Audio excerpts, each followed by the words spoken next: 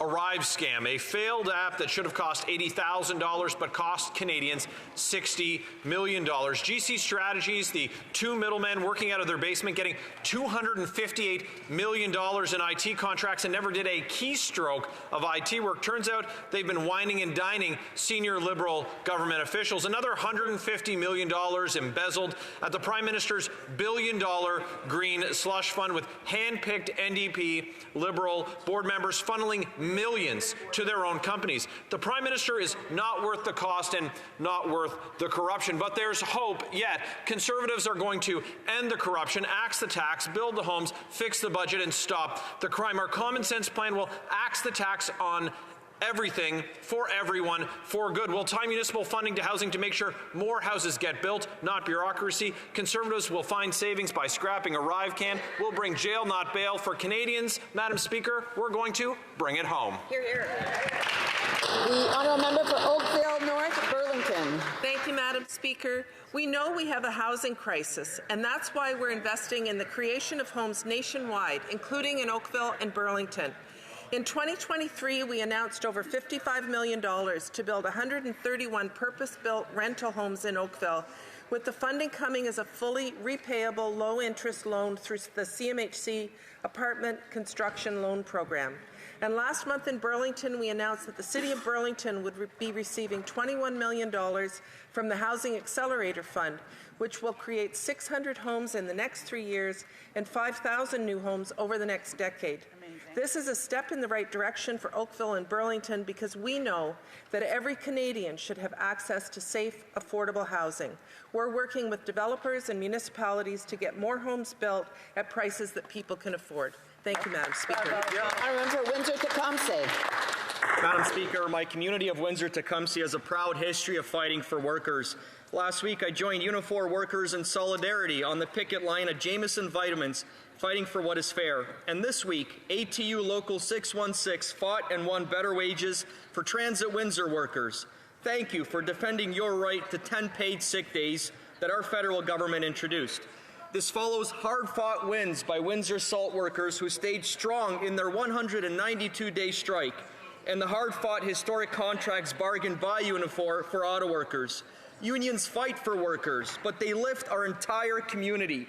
I was proud to work with unions to deliver the battery plant that will create 2,500 good-paying jobs for back home.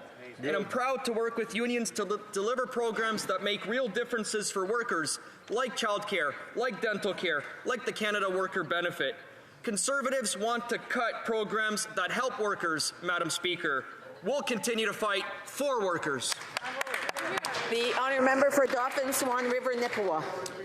Madam Speaker, after 8 years, rural Canadians are breaking under this NDP Liberal government. This Prime Minister and his radical Environment Minister have launched an attack on rural Canadians. Rural Canadians rely on their vehicles to raise their families and drive to work. Yet this week, the Environment Minister publicly announced that the Liberals will stop building new roads and highways. The Minister stated, and I quote, "Our government has made the decision to stop investing in new road infrastructure," end quote. Rural Canadians don't have the option to take a subway to work or to the doctor's office. They rely on highways and roads. But this NDP Liberal government doesn't care about rural Canadians. That's why this Prime Minister is increasing his failed carbon tax by 23% on April 1st. It's clear he is not worth the cost. Rural Canadians can't afford this government's plan to quadruple the carbon tax. Only Conservatives will fight for rural Canadians and axe the carbon tax.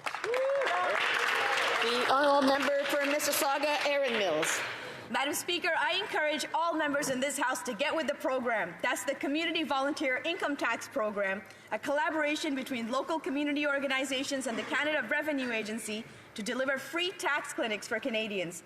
This collaboration between the CRA and dedicated volunteers across Canada allows us to give back to communities by helping residents to file their taxes.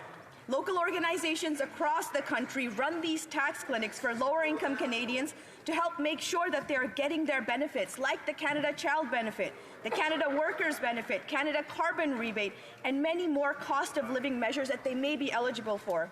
I am so proud of the positive impact that we have made through the CVITP and look forward to repeating this success again in what will be a productive tax filing season this year. Thank you, Madam Speaker. The honourable member for Portage-Lisgar. After 8 years of this Prime Minister, it's never been more expensive to feed your family, own a home, and heat your house.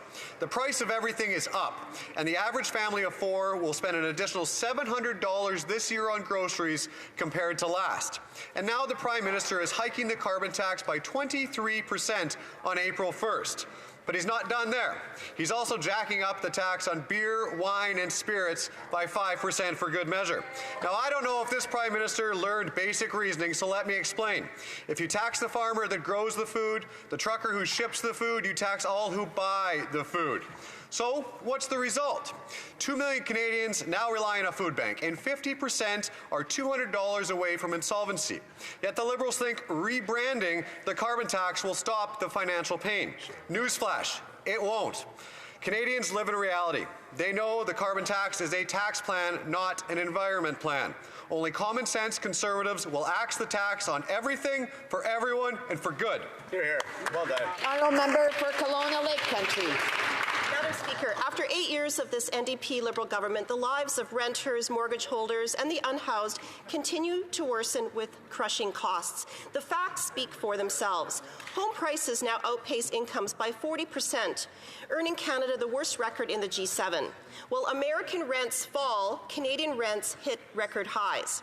Canada built fewer homes in 2022 than in 1972, and housing starts were down in 2023. We now have the fewest homes per capita of any country in the G7, despite having the most land to build on. Ottawa-funded gatekeepers and punitive taxes add hundreds of thousands of dollars of unneeded costs to the construction of each home. Canada's infrastructure funding should be tied to actually building homes. On top of this, we now hear the radical environment minister doesn't even want to build new roads. Our common sense Conservative plan will ensure infrastructure dollars go to the municipalities that get their bureaucracies out of the way to build homes, not bureaucracy.